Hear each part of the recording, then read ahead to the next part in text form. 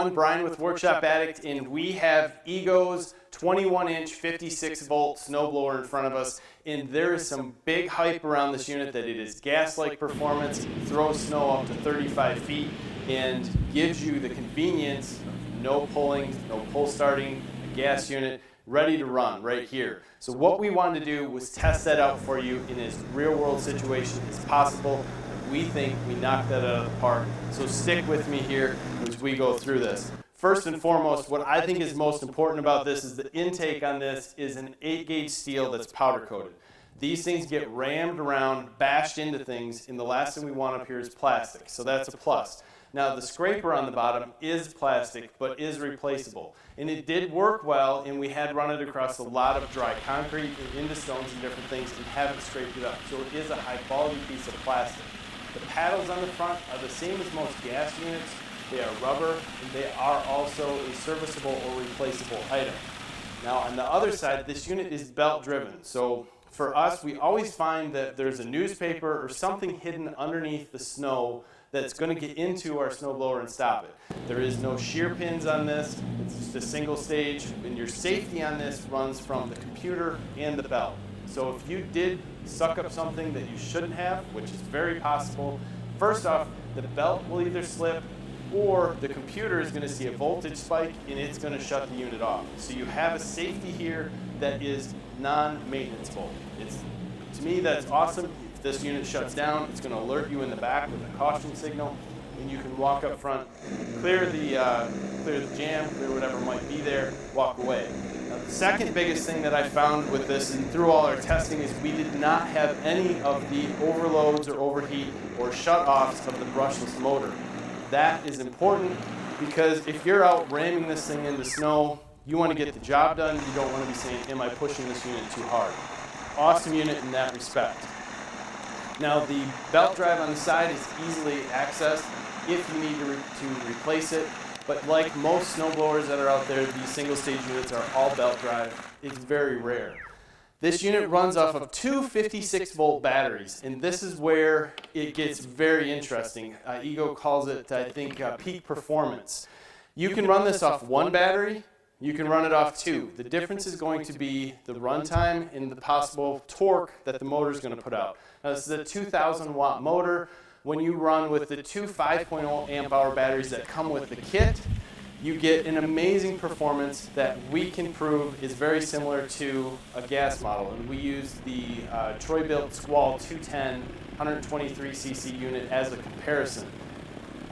Awesome performance with these two batteries. Now, you can get almost the same performance if you just drop in one 7.5 amp hour battery into it, or you can mix and match almost any battery that you have. Ego just recommends that one of the batteries be above 4 amp hour.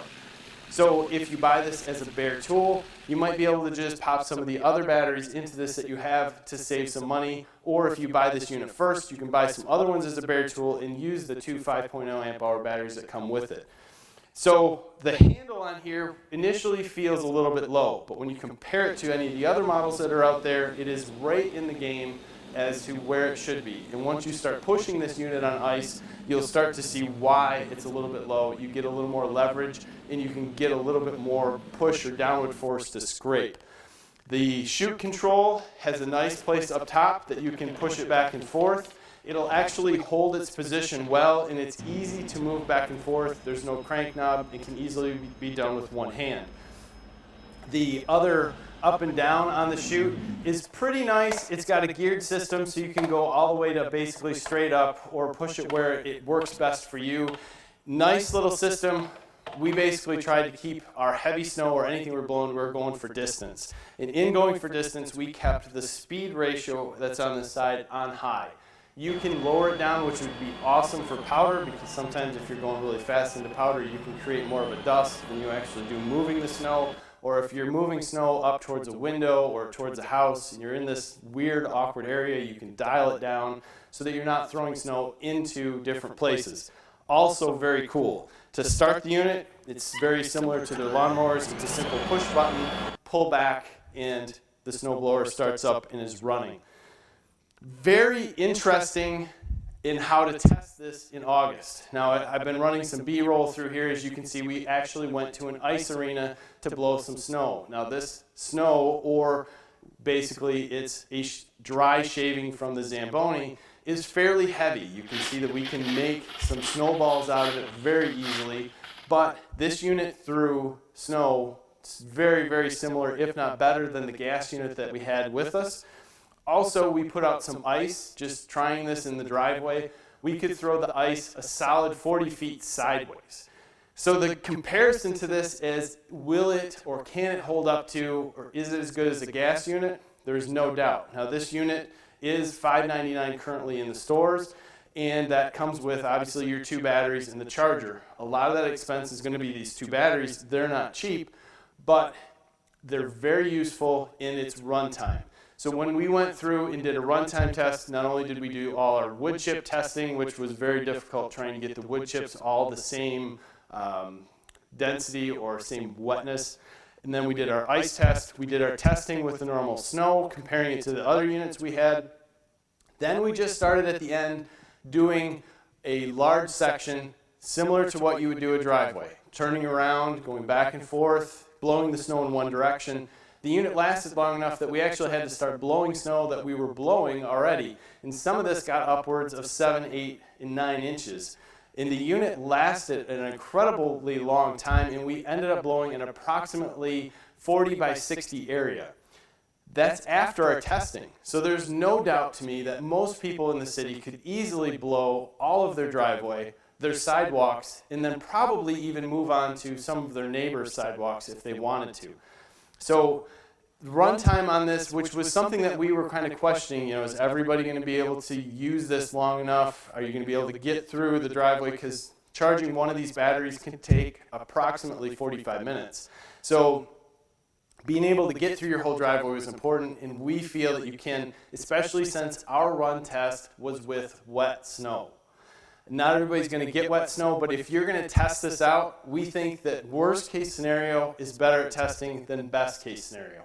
So stop by Workshop Addict, check out our blog on this. We'll have more information on it. We also have another video out where we're actually comparing it to 2 other models that we had, give you a little more insight on the testing that we did, why we did it this way. It is August, so we did our best to get this into real-world testing with some snow. But if you're interested in something like this, I think you'll like the convenience of just pushing the button, pulling back on it, knowing that all you have to do is charge your batteries, no maintenance. Give us a like, subscribe to our channel. Thanks for your time, guys. Have a great day.